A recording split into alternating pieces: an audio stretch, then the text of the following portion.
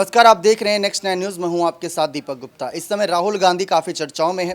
भारत जोड़ो यात्रा समाप्त करी। भारत जोड़ो यात्रा समाप्त करने के बाद सबको उम्मीद थी कि दोबारा जनता के बीच बने रहने के लिए कोई बड़ा कदम उठाएंगे, लेकिन अभी तक उन्होंने कोई ऐसा बड़ा कदम उठाया नहीं जो लगे कि हाँ जनता के बीच बने हुए हैं। संसद में जरूर आवाज़ उठाई थी यहाँ पर मोदी अडानी मुद्दे को लेकर, लेकिन उस आवाज़ से यहाँ पर कह सकते हैं कि दिल्ली की सत्ता तो हिली, लेकिन पीएम मोदी की शायद कुर्सी नहीं हिला पाए, टस से मस नहीं हुए, क्योंकि पीएम मोदी ने उसको पूरी तरीके से मामले को इग्नोर करते चले नजर आए। लेकिन अब यहाँ पर राजनीतिक मुद्दों से हटकर थोड़ा पारिवारिक और थोड़ा यहाँ पर राहुल गांधी पर आ जाते हैं कि आखिर राहुल गांधी इन फ्यूचर क्या चाहते हैं। अपने आप को एक युवा नेता बताते हैं, लेकिन 52 साल की उम्र क्या युवा नेताओं के लिए होती है, ये भी सोचने वाली बात है। युवा नेता होने के साथ साथ जिस तरीके से वो भारत जोड़ो यात्रा में भाग दौड़ कर रहे थे, चल रहे थे बिना थके और कहीं ना कहीं टी शर्ट में नजर आ रहे थे, 7 डिग्री टेम्परेचर दिल्ली की ठंड में, तो वो एक अलग ही नज़ारा था। राहुल गांधी का जोश और खरोश नजर आता है और इससे साफ पता चलता है कि युवा जोश उनके अंदर है।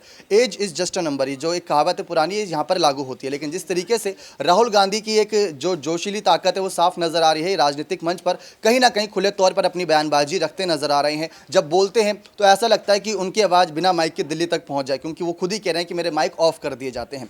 अब बात आती है राहुल गांधी की पर्सनल लाइफ की। जिस तरीके से राहुल गांधी राजनेताओं की नींदें उड़ाकर कहीं ना कहीं खुद आगे बढ़ने की सोच रहे हैं, वो उनकी अच्छी सोच है कि भारत देश के लिए कुछ करना चाहते हैं, लेकिन अपने लिए क्या करना चाहते हैं। उनको शादी करनी है नहीं, क्योंकि 52 साल की उम्र हो चुकी है। अगर पीएम मोदी का हम राजनीतिक जीवन देखें या बायोग्राफी देखें तो वहाँ से साफ पता चलता है कि कई हद तक कहीं ना कहीं पीएम मोदी शादी के बंधन में बंधे थे, फिर उसके बाद उनका बंधन टूट गया, फिर वो अलग हो गए और उसके बाद वो अपने कहीं ना कहीं समाज सेवा के एक तरीके से बंधन में बंधते नजर आए और उसके बाद से ही वो समाज सेवा का बंधन अभी तक बंधा हुआ है। लेकिन बात आती है राहुल गांधी की कि क्या शादी करेंगे या नहीं करेंगे, क्या बच्चे होंगे कि नहीं होंगे, इन सब सवालों पर वो खुलकर बोलते नजर आए। किस तरीके से अपनी शादी से लेकर अपने इन फ्यूचर बच्चों को लेकर बातें बताते नजर आए कि क्या उनका प्लान है, क्या वो सोच विचार कर रहे हैं। क्योंकि राहुल गांधी से अगर ये पूछा जाता है कि आप प्रधानमंत्री बनने के लिए क्या करोगे, तो उनसे ये भी पूछा जाता है कि शादी करने के लिए क्या करोगे और कैसी लड़की आपको चाहिए। मतलब 52 साल की उम्र में भी आज भी उनसे सवाल किया जा रहा है। ये भी एक अच्छी बात है भारत देश की कहीं ना कहीं कि ऐसे नेताओं को अभी भी कहीं ना कहीं एक अलग तवज्जो दी जा रही है। खैर, अब उस रिपोर्ट पर आते जिसके माध्यम से आपको ज़्यादा जानकारी मिलेगी कि प्रधानमंत्री बनने तक के लिए क्या तपस्या वो कर रहे हैं, शादी को लेकर क्या विचार है, बच्चों को लेकर क्या विचार है। तो देखिए आप हमारी एक खास रिपोर्ट। कांग्रेस सांसद राहुल गांधी ने अपने ताजा बयान से भारत जोड़ो यात्रा को एक तपस्या बताया। साथ ही उन्होंने आम चुनाव 2024 को लेकर दावा किया कि आने वाले चुनावों में प्रधानमंत्री नरेंद्र मोदी की हार होने वाली है। राहुल गांधी ने इस बारे में बताया कि 52 साल की उम्र में वह कुंवारे क्यों हैं। ये सोचने योग्य बात है कि गांधी परिवार से आए जिसकी लगातार सियासत और विरासत आगे बढ़ती चली गई, लेकिन राहुल अभी तक शादी क्यों नहीं किए। आपको बताते चलें कि इटली के एक अखबार को दिए इंटरव्यू में कांग्रेस नेता राहुल गांधी ने भारत जोड़ो यात्रा के दौरान अपने एक्सपीरियंस पर खुलकर बात रखी। उन्होंने अपने दादी इंदिरा गांधी और पिता राजीव गांधी के साथ बिताई यादों को शेयर किया, यानी इमोशनल कर दिया लोगों को। और भारत जोड़ो यात्रा के पूरे होने के बाद मिली सीख को साझा करते हुए राहुल ने दावा किया कि यह यात्रा एक तपस्या की तरह थी। सबसे पहले इनकी यात्रा पर बात करते, फिर उसके बाद इनके शादी से जुड़े और साथ साथ बच्चों से जुड़े बातों का खुलासा करते हैं। तो राहुल गांधी ने अपनी यात्रा को लेकर कहा कि सभी की सीमाएं जिनमें मैं भी शामिल हूं, हम जो सोचते हैं उससे बहुत आगे है। दुनिया की सबसे पुरानी भाषा संस्कृत में एक शब्द है तपस्या, जिसे समझना एक पश्चिमी दिमाग के लिए मुश्किल है, क्योंकि कोई इसे बलिदान कहता है तो कोई इसे धैर्य कहता है, लेकिन अर्थ अलग है।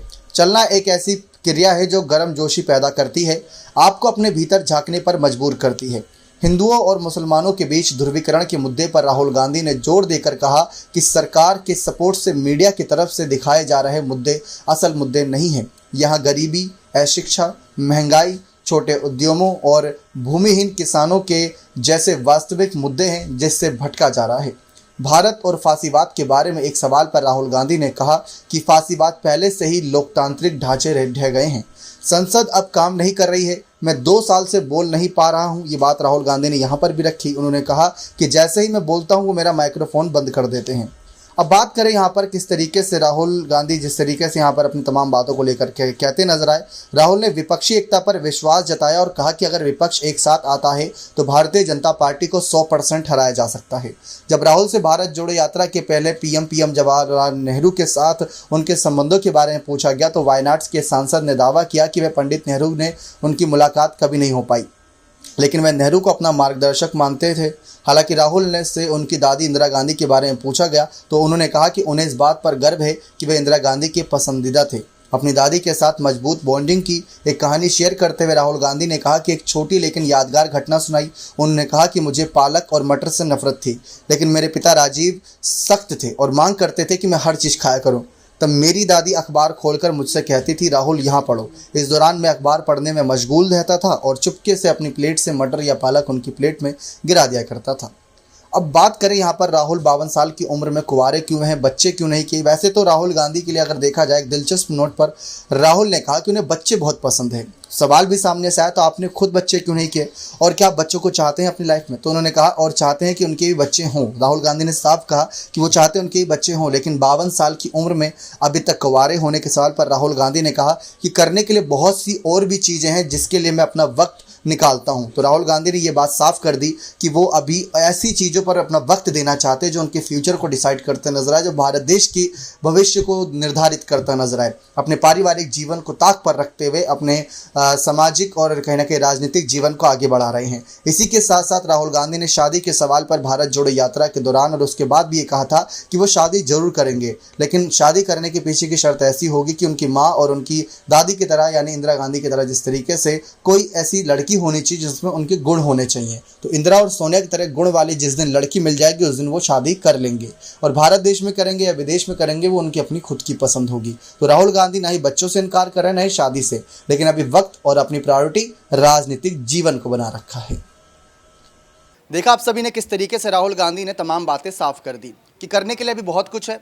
पहले लाइफ में वो अचीव करना चाहते हैं, उसके बाद परिवार की बात आएगी, क्योंकि उनको पता है कि अगर देश के 140 करोड़ आबादी जो देश की है, अगर उन परिवारों को संभाल कर रख लिया तो शायद मेरा परिवार बने ना बने, लेकिन हाँ ये परिवार खुश है तो मैं खुश हूँ। ये बात राहुल गांधी अपने ऊपर लागू करते नजर आ रहे हैं। राहुल गांधी की सोच बेहतरीन है, लेकिन राहुल गांधी की इस सोच पर कहीं ना कहीं अंकुश लगाते नजर आएंगे तमाम बड़े बीजेपी के नेता, जो इस तैयारी में है कि कांग्रेस के हर फैसले, हर बड़ी चाल को नेस्त नाबूद करना है। और वो सब करने के लिए लोकसभा चुनाव से पहले प्लानिंग बनना शुरू हो गई है। चाहे उत्तर प्रदेश की बात कर ले, महाराष्ट्र की बात कर ले, बिहार की बात कर ले, क्योंकि उत्तर प्रदेश में योगी आदित्यनाथ बड़ी मजबूती से आगे बढ़ रहे हैं। महाराष्ट्र में पिछली बार 48 लोकसभा सीटों में से 41 शिवसेना और बीजेपी गठबंधन ने जीती थी। अब उसमें शिवसेना ही शिंदे की हो गई, दोबारा से उन्हें वो समर्थन मिल गया। बिहार में उपेंद्र कुशवाहा ने अपनी नई पार्टी बना ली, वहां पर नीतीश कुमार को थोड़ा झटका लगता नजर आया और उनकी नज़र लोकसभा चुनाव से हटकर अपने 2025 के विधानसभा चुनाव पर आकर बन गई। तो राहुल के लिए मुसीबत बीजेपी अब अलग तरीके से खड़ी कर रही है, वो विपक्ष को कमजोर कर रही है